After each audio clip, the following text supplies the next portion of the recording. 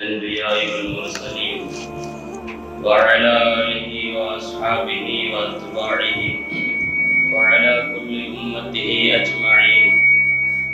أما بعد، فقد قال الله تعالى في محكم تنزيله: أعوذ بالله من الشيطان الرجيم. بسم الله الرحمن الرحيم. يا أيها الذين آمنوا اتقوا الله وكونوا مع الصادقين. وقال أيضا: إن الله يحب المقسطين. وقال رسول الله صلى الله عليه وسلم: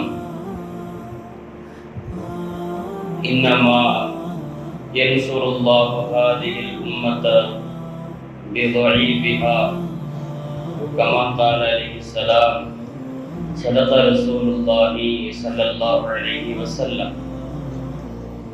எல்லா புகழும் அல்லாஹ் சுப்ஹானஹு வ தஆலா ஒருவனுக்கே உரித்தானது.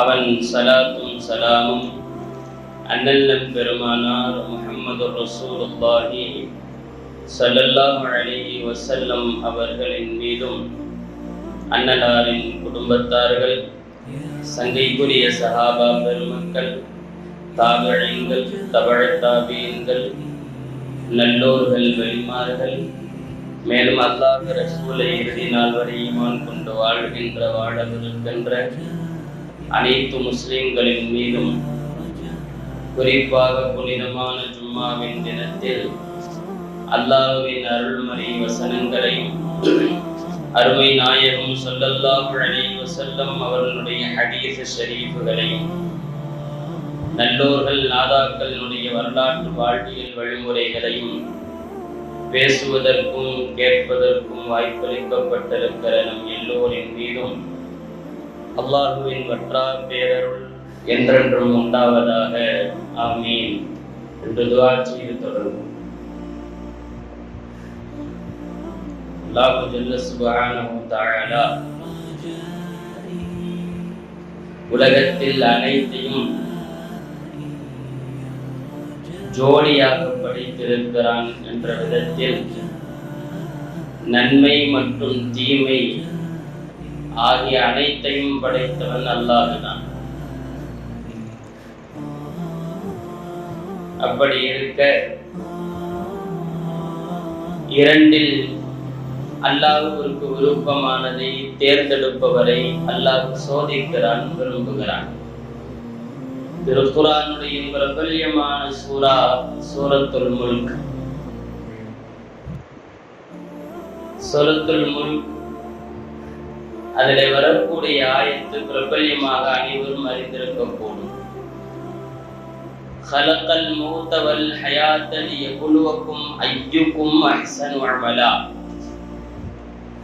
பிறப்பையும் இறப்பையும் அவனே படைத்தான். லியப்லுவக்கும் அய்யுக்கும் அஹ்ஸனு அமலா. உங்களில் யார் மிகச் சிறந்த முறையில் அல்லாஹ்விற்காக பணியாற்றுகிறார்கள், அமல் செய்கிறார்கள் என்பதை சோதிப்பதற்காக வேண்டி என்று அல்லாஹ் சொல்லுவான்.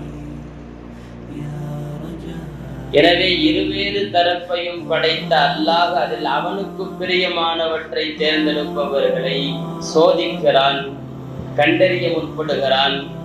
அவர்களை அல்லாஹ் நேசிக்கிறான், அவர்களுக்கு அந்தஸ்து உயர்த்துகிறான். அந்த விதத்தில் உண்மை பொய், நேர்மை மோசடி, ரெண்டு தரப்பையும் அல்லாஹ்தான் உலகத்திலே படைத்தான். ஆனால் நன்மையானவற்றில் உண்மையில் பயணிப்பதை அல்லாஹ் விரும்புகிறான்.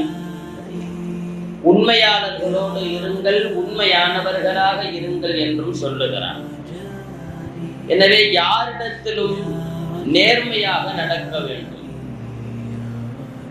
கணவனுக்கு மனைவி நேர்மையானவளாக, உண்மையானவளாக இருக்க வேண்டும். மனைவிக்கு கணவன் உண்மையானவனாக இருக்க வேண்டும். பெற்றோர்களுக்கு பிள்ளைகள் உண்மையாளர்களாக இருக்க வேண்டும். இப்படி எல்லா தரப்பிலும், ஏன் ஒவ்வொரு மனிதனும் தனக்கு தானே உண்மையாளனாக, நேர்மையாளனாக இருக்க வேண்டும். தனக்குள்ளால் இருக்கும் மனது ரெண்டையுமே சொல்லும், பாவத்தையும் சொல்லும், நன்மையையும் சொல்லும். என்ன ஆனாலும் சரி, நன்மைக்கு மாறாக எந்த தீங்கையும் நான் செய்ய மாட்டேன் என்று உறுதி கொள்ளுதல் ஒரு மனிதன் தனக்கு தானே நேர்மையாக நடப்பதாகும். பிரபல்யமாக நம் பெரியோர்கள் எல்லாம் சொல்லுவார்கள் அல்லவா, மனசாட்சிக்கு விரோதமா நடக்கக்கூடாது என்று. மனசாட்சிக்கு விரோதம் என்று கூட தன்னுடைய நப்சுக்கு கூட உண்மையாக இருக்க வேண்டும், உண்மையே சொல்ல வேண்டும் என்கிற விதத்தில் நேர்மையாளர்களை, உண்மையாளர்களை அல்லாஹ் நேசிக்கிறான். நேர்மையாளர்களோடு, உண்மையாளர்களோடு இருங்கள் என்று அல்லாஹ் சொல்லுகிறான். மிக உயர்ந்த குணமாக உண்மையை, நேர்மையை அல்லாஹ் சொல்லி காட்டுகிறான். நான் மேற்கூறிய ஆயத்திலே கூனு மஅ ஸாதிகீன், அல்லாஹ் சொல்லுவான், உண்மையாளர்களோடு இருங்கள்.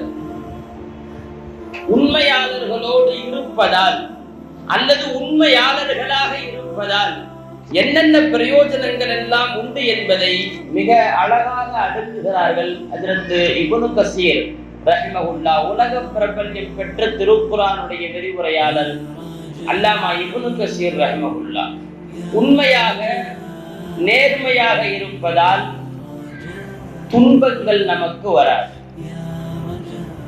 துன்பங்கள் நமக்கு வராது. அதுபோலவே வந்திருக்கிற துன்பத்தில் இருந்து அல்லாஹ் விடுவித்து விடுவான்.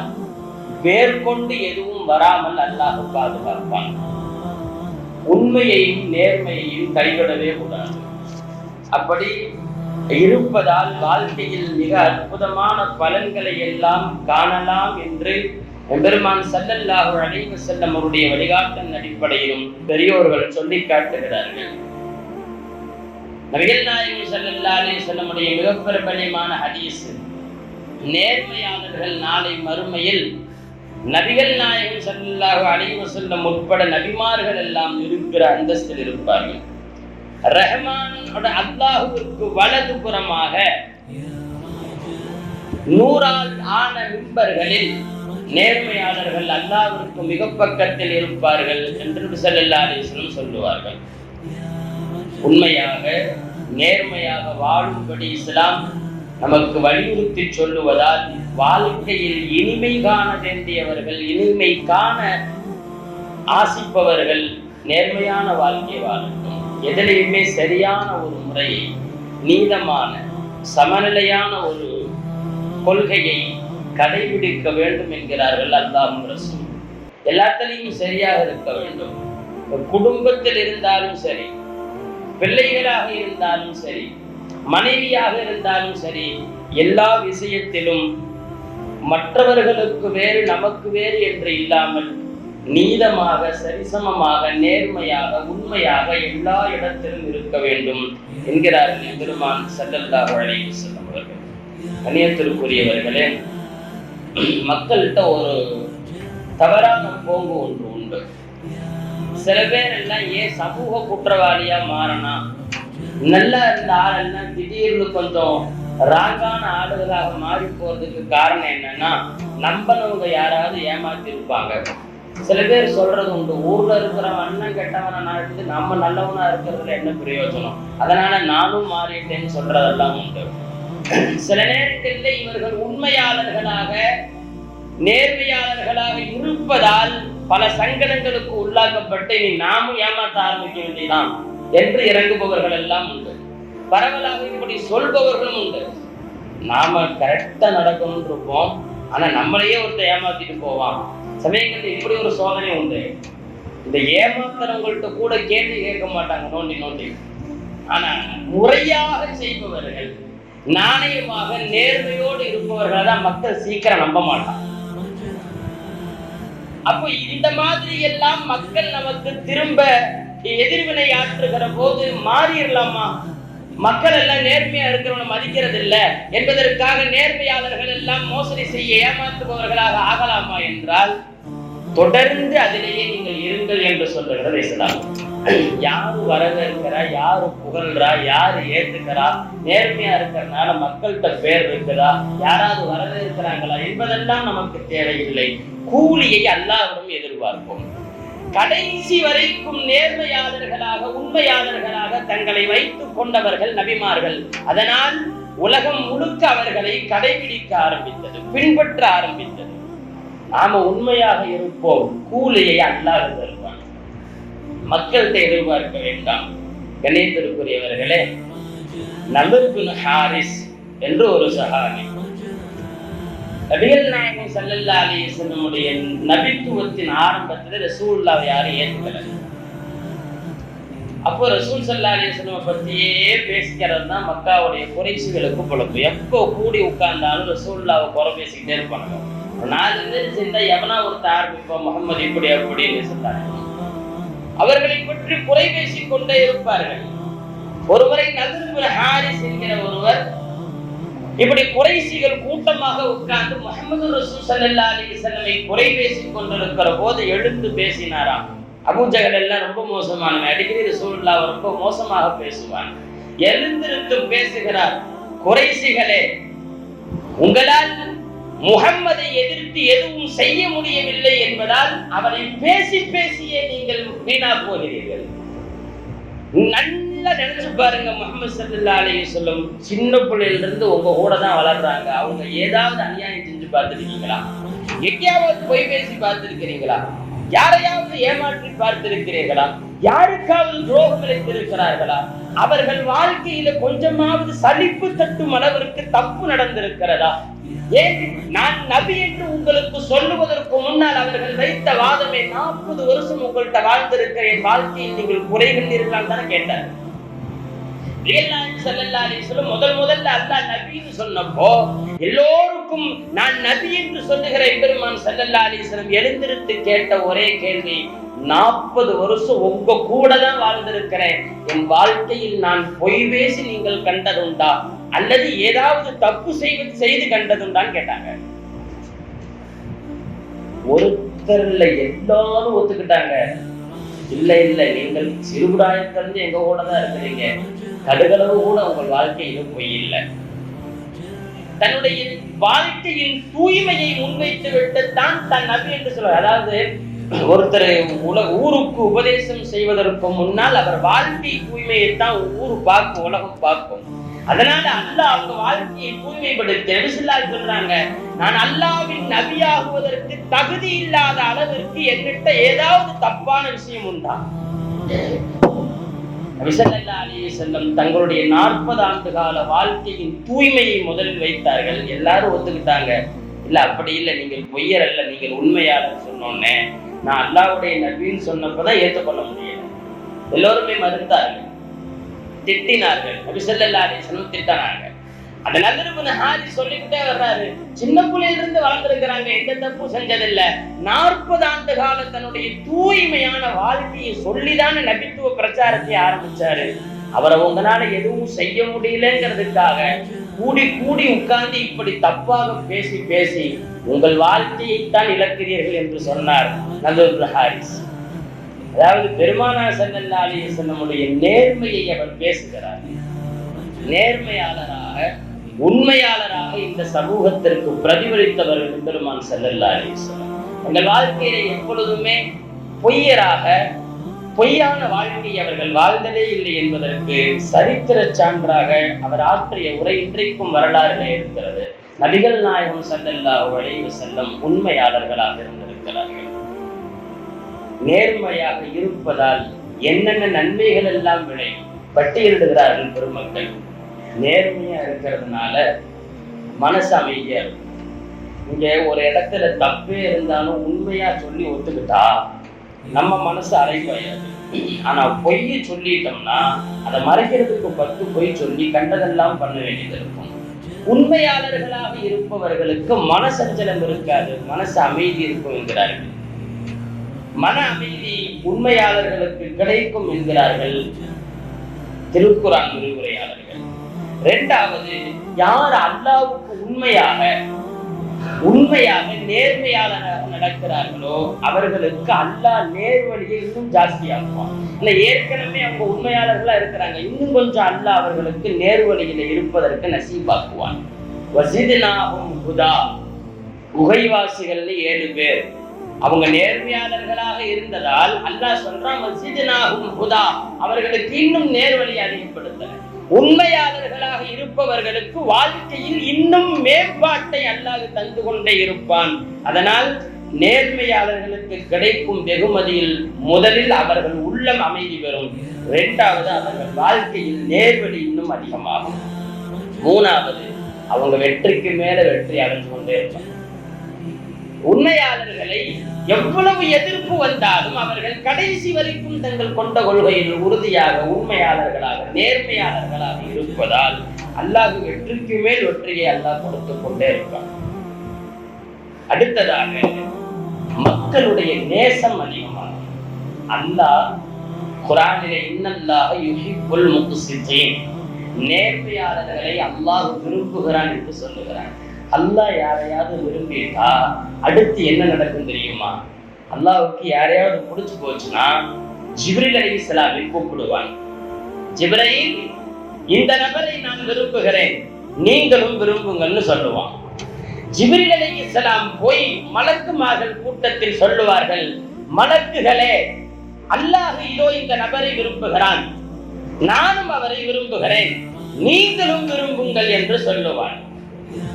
மலக்குகள் எல்லாம் உலக மக்களிடத்தில் சொல்லுவார்களாம், அல்லாஹ் இவரை விரும்புகிறான், ஜிப்ரீல் இவரை விரும்புகிறார், நாங்களும் விரும்புகிறோம், மக்களை நீங்களும் விரும்புங்கள். ஒரு மனித குலத்தின் பிரியமும் நேசமும் ஒருவருக்கு வருவதற்கு உண்மையான காரணம் உண்மையாளர்களாக நேர்மையாளர்களாக இருப்பதுதான். அடுத்ததாக அவர்களுடைய துவா மறுக்கப்படுவது. வாழ்க்கையில நேர்மையா இருந்துட்டோம்னா நம்ம எங்க கையேந்தாலும் கொடுத்துருவான்ல. துவா மறுக்கப்படுவதில்லை. ஒரு 3 பேர் வியாபார விஷயமா போய் மலைக்கு ஒரு குகைக்குள்ள ஒதுங்குறாங்க. கடுமையான காற்றினுடைய வேகத்துல அந்த குகையுடைய கதவு அடைக்கப்பட்டு விடுகிறது. ஒரு கல்லு பாரம் மூடிடுது, வெளியே போகவே வாய்ப்பில்லை. அந்த பக்கம் யாராவது வந்தா கூட இவங்க உள்ள இருக்காங்கன்னு தெரியாது.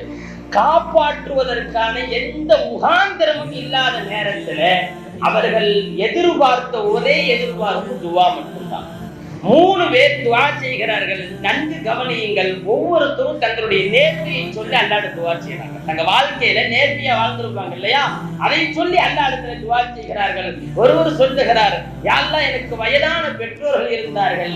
எப்பவுமே காலையில் எல்லாம் ஆடு மாடு மேய்த்து கொண்டு ஆட்டின் பாலை கறந்து கொண்டு போய் முதல்ல எங்க பெற்றவங்களுக்கு கொடுத்துட்டு தான் என் பிள்ளைகளுக்கெல்லாம் கொடுப்பேன். ஒரு நாள் ஆடுகளை மேய்ப்பதற்கு லேட்டாகி இரவு என் பெற்றோர்கள் அயர்ந்து தூங்கி விட்டார்கள்.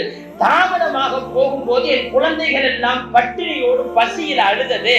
இருந்தாலும் என் பெற்றோர்களுக்கு தான் தருவேன் என்று பாலை வைத்துக் கொண்டு அவங்க தூக்கத்தை கலைக்காம எழுப்பாமலும் என் பிள்ளைகளுக்கும் தராமலும் அந்த மரியாதையோடு நான் செய்தேன் ரப்பே.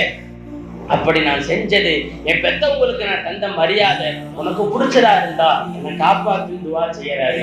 அந்த கதவின் அந்த குகையின் கதவு கொஞ்சம் நகருகிறது. சொல்லக்கூடிய செய்தி இது.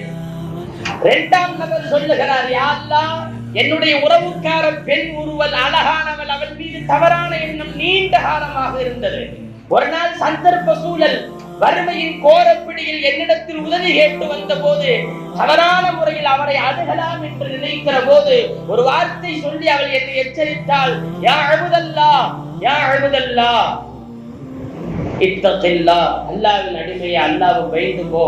நான் நிலைவிட்டு வந்திருக்கிறேன் என்பதற்காக என்னையும் சேர்த்து நீ ஹராமில் தள்ளாதே என்று அந்த பெண் எச்சரித்தாள்.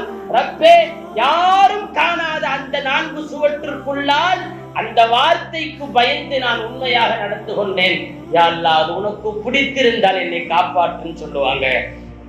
இன்னும் கொஞ்சம் அந்த கதவு அகலும், ஆனால் யாரும் வெளியே வர முடியாது. 3ஆவது நபர் துவா செய்வார், யா அல்லாஹ், என்கிட்ட ஒருத்தர் வேலை செஞ்சார், சம்பளமே வாங்காம போயிட்டார். அவர் சம்பளத்தை நான் எடுத்து செலவு செய்யக்கூடாது என்பதால் நேர்மையாக நான் அந்த காசை எடுத்து மீண்டும் தொழில் போட்டேன். அதை மட்டும் தனியாக தொழில் செய்தேன். அதில் மட்டும் நிறைய லாபம் வந்தது. நீண்ட காலம் கழித்து அந்த நபர் வந்து எனக்கு கொடுக்க வேண்டிய கூலி கொடுங்க, நான் வாங்காம போயிட்டேன்னு சொன்னப்போ, இதா இருக்க அந்த ஆட்டு மந்தை எல்லாம் உன்னோட தான் ஓட்டிட்டு போன்னு சொன்னேன், கேலி செய்யாதீங்கன்னு சொன்னார் அவரு. நான் சொன்னேன், உண்மையிலேயே உன் பணத்தை சும்மா வைக்காமல் தொழிலில் போட்டேன், அல்லாஹ் அதற்கு தந்த வியாபாரத்தின் வரக்கத்து தான், உன்னோடதுதான் போட்டு எடுத்துட்டு போன்னு சொன்னேன். உன்னை கூட விட்டு வைக்காம எல்லாத்தையும் கொண்டு போனார். ரப்பே, இந்த நேர்மை உனக்கு பிடித்திருந்தால் என்னை காப்பாற்று என்றார்கள். குகையின் கதவு அகன்றது, 3 பேரும் தப்பித்தார்கள். இது என்னவோ பழங்கால கற்பனை கதை அல்ல. எம்பெருமான் ஸல்லல்லாஹு அலைஹி வஸல்லம் பொய்யே பேசாத நாட்டில் இருந்து சொன்ன விஷயம். தூய்மையான, நேர்மையான, உண்மையான வாழ்விற்கு சொந்தக்காரர்கள் 3 பேர் இக்கட்டான நிலையில் காப்பாற்றுவதற்கான முகாந்திரமே இல்லாத போது தாங்கள் உண்மையாகவும் நேர்மையாகவும் வாழ்க்கையில் நடந்ததை சொல்லி அல்லாஹ்விடத்தில் துஆ செய்கிற போது அவர்கள் தப்பிக்கிறார்கள் என்றால், தூய்மையான வாழ்க்கை, நேர்மையான வாழ்க்கை எங்கோ இக்கட்டான சந்தர்ப்பத்தில் உங்களை பாதுகாக்கும். தொடர்ந்து நேர்மையாளர்களுக்கு கிடைக்கும் வெகுமதியை சொல்லி வருகிற பட்டியலில் அமைதியான வாழ்க்கை, நேர்வழி அல்லாஹ்விடத்திலிருந்து வெற்றிக்கு மேல் வெற்றி, மக்களின் நேசம், துவா கபூலாகும். அடுத்தது பொறுமை. உண்மையாளர்களுக்கு அல்லாஹ் யதார்த்தமாக ஒரு பொறுமை கொடுத்துருவான். தங்க வாழ்க்கையில கரெக்டா இருக்காங்க பாருங்க, என்ன இடைஞ்சல் வந்தாலும் பொறுத்திருக்கும் அல்லாஹ் இருக்கான் என்ற எண்ணம் யாருக்கு வரும் தெரியுமா? தங்க வாழ்க்கையில அல்லாஹ்வுக்கு அஞ்சு உண்மையாலுமே எல்லா இடத்துலையும் நேர்மையா சரியா வாழ்றவங்களுக்கு ஒரு பொறுமை அல்லாஹ் கொடுத்தான். அதான் நபிமார்கள் என்ன ஆனாலும் அட போங்கடா நீங்களும் அழைப்பு போனீங்கன்னு போட்டுட்டு போல. 950 வருஷம் மக்கள் அழைச்சாங்க, இஸ்லாம் ஒரு நாள் கூட சடைஞ்சது இல்லை, போட்டுட்டு போல. ஒரு பொறுமை அல்லாஹ் கொடுத்தான். நேர்மையாளர்களுக்கு ஒரு விதமான அழகிய பொறுமையை அல்லாஹ் தருவான். அடுத்தது நேர்மையாளர்களை, உண்மையாளர்களை, தான் எங்கு இருந்தாலும் அல்லாஹ்வை அஞ்ச வேண்டும் என்று நினைக்கும் நேர்மையாளர்களை அல்லாஹ் சங்கடத்துல சிக்க விடாம பாதுகாப்பான். யூசுப் அலைஹிஸ்ஸலாம தவறான முறையில் அணுக வந்த அந்த பெண்மணி அணுகி இருந்தாலும் தப்பு செய்திருந்தாலும் யாருக்கும் தெரியாது என்றாலும் கூட பாவத்துக்கு போகாம யூசுப் அலைஹிஸ்ஸலாமை அல்லாஹ் தான் பாதுகாத்தேன்னு சொல்றான். தான் ரப்புக்கு அஞ்சி உண்மையாகவே நேர்மையாக வாழுகிற மக்களை அல்லாஹ் சிக்கல்ல சிக்க விடாம, பாவத்துல போக விடாம பாதுகாத்து விடுவான். இவ்வளவு வெகுமதிகளும் இந்த நல்லோர்களுக்கு, உண்மையாளர்களுக்கு, நேர்மையாளர்களுக்கு கிடைக்கிறது. கணியத்திற்குரியவர்களே, நான் இறுதி தெரிவாய்க்கு வருகிறேன். அப்துல்லா இப்னு ரவாஹா என்று ஒரு சஹாபி ரலியல்லாஹு அன்ஹு, ஹைபர் போர் நடந்து முடிகிறது. ஹைபர் போர்ல சில நிலங்கள் நபி ஸல்லல்லாஹு அலைஹி வஸல்லம் இஸ்லாமிய கவர்மெண்ட்டுக்கு சில நிலங்கள் வருகிறது. அப்ப அந்த இடத்துல யூதர்களும் இருக்கிறார்கள், முஸ்லிம்களும் வசிக்க போகிறார்கள். அப்ப ஹைபருக்கு யார் யாருக்கு என்னென்ன நிலம்னு அளவிட்டு கொடுக்கிற பொறுப்பை ரசூல் ஸல்லல்லாஹு அலைஹி வஸல்லம் அப்துல்லா பின் ரவாஹாக்கு கொடுத்துட்டாங்க. யூதர்கள் எல்லாம் கூடயே வர்றாங்க. அப்துல்லா பின் ரவாஹா ரலியல்லாஹு அன்ஹு நிலத்தை அளந்து முஸ்லிம்களுடைய பகுதி, யூதருடைய பகுதின்னு பிரிக்கிறாங்க. இந்த நிலத்துல சண்டை போறதெல்லாம் இவங்களுக்கு அன்னையில இருந்து இன்னைக்கு வரைக்கும் ஒரு குழப்பம் யூதர்களுக்கு. அப்போ அப்துல்லா பின் ரவாஹா ரலியல்லாஹு அன்ஹு எரிச்சலை கிளப்புற மாதிரி ஒரு வார்த்தையை சொல்லிட்டான். அநியாயம் பண்றீங்க, எங்க நிலத்தை கம்மியா அளந்திருக்கீங்கன்னு சொல்லிட்டான். அவங்களுக்கு கோபம் வந்துருச்சு. இருந்தாலும் நிலைமையை சரி செய்ய கட்டுப்படுத்தி கொண்டு ஒண்ணு பண்ணு, நான் விட்டுறேன், நீ என்ன வேணுமோ எடுத்துட்டு மீதி கூட முஸ்லீம்களுக்கு கொடுத்துறேன்ட்டாங்க. அது மாதிரி எடுத்துட்டு கொடுத்தானுங்க. மீதி முஸ்லீம்கள் பொறுமையோடு வாங்கி கொண்டாங்க. அப்புறம் என்ன செஞ்சாங்க தெரியுமா? போருக்கு வர்றப்பெல்லாம் அப்துல்லா பின் ரவாஹா ரலியல்லாஹு அன்ஹு நிறைய லஞ்சம் கொடுக்க ஆரம்பிச்சாங்க. காசு கொடுத்து வாங்கிக்கோங்க, பார்த்து செய்யுங்க, இன்னும் கொஞ்சம் நிலம் கொடுங்கலாம் கேட்டானுங்க.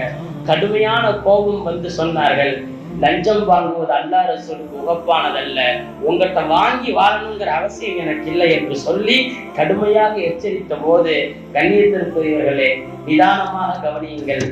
நம்முடைய எதிரிகள், இஸ்லாத்தின் விரோதிகள் சொல்கிற வார்த்தை, உண்மையாளராக நேர்மையாக இருக்கும் அப்துல்லா பின் ரவாஹாவை பார்த்து அவர்கள் சொன்ன வார்த்தை, இன்னும் யூதன் எவ்வளவு மோசமானவனோ அந்த அளவுக்கு அவன் பாரம்பரியம், நல்ல பாரம்பரியம் கூட, ஏன்னா நபிமார்களுடைய குடும்பத்தை சார்ந்தவன். அவன் சொல்றான், பிஹாதா பிஹாதா காமத்தி சமாவாத்து வல் அரது வபிஹாதா கலத்துமுனா.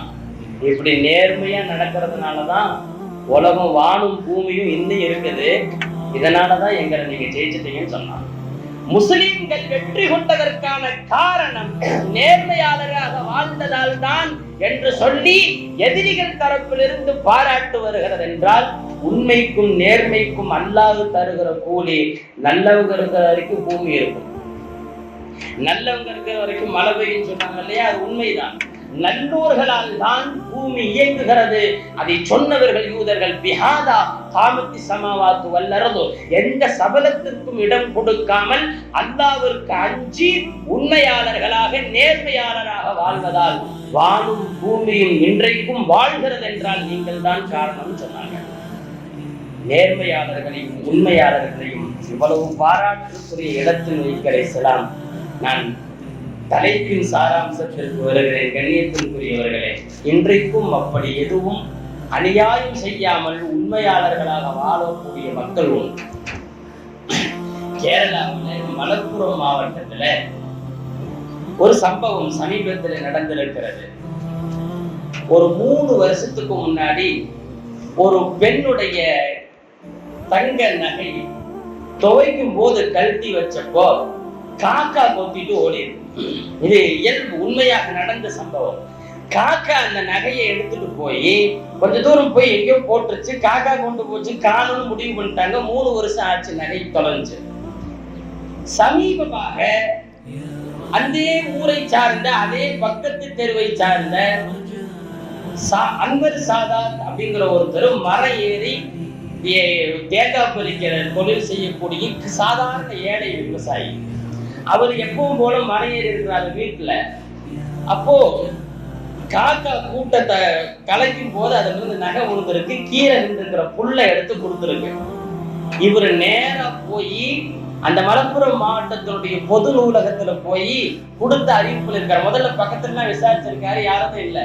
நேரா போய் பொது நூலகத்துல அறிவு பண்ணி எழுதி போட்டு அறிவு பண்ணிட்டாங்க.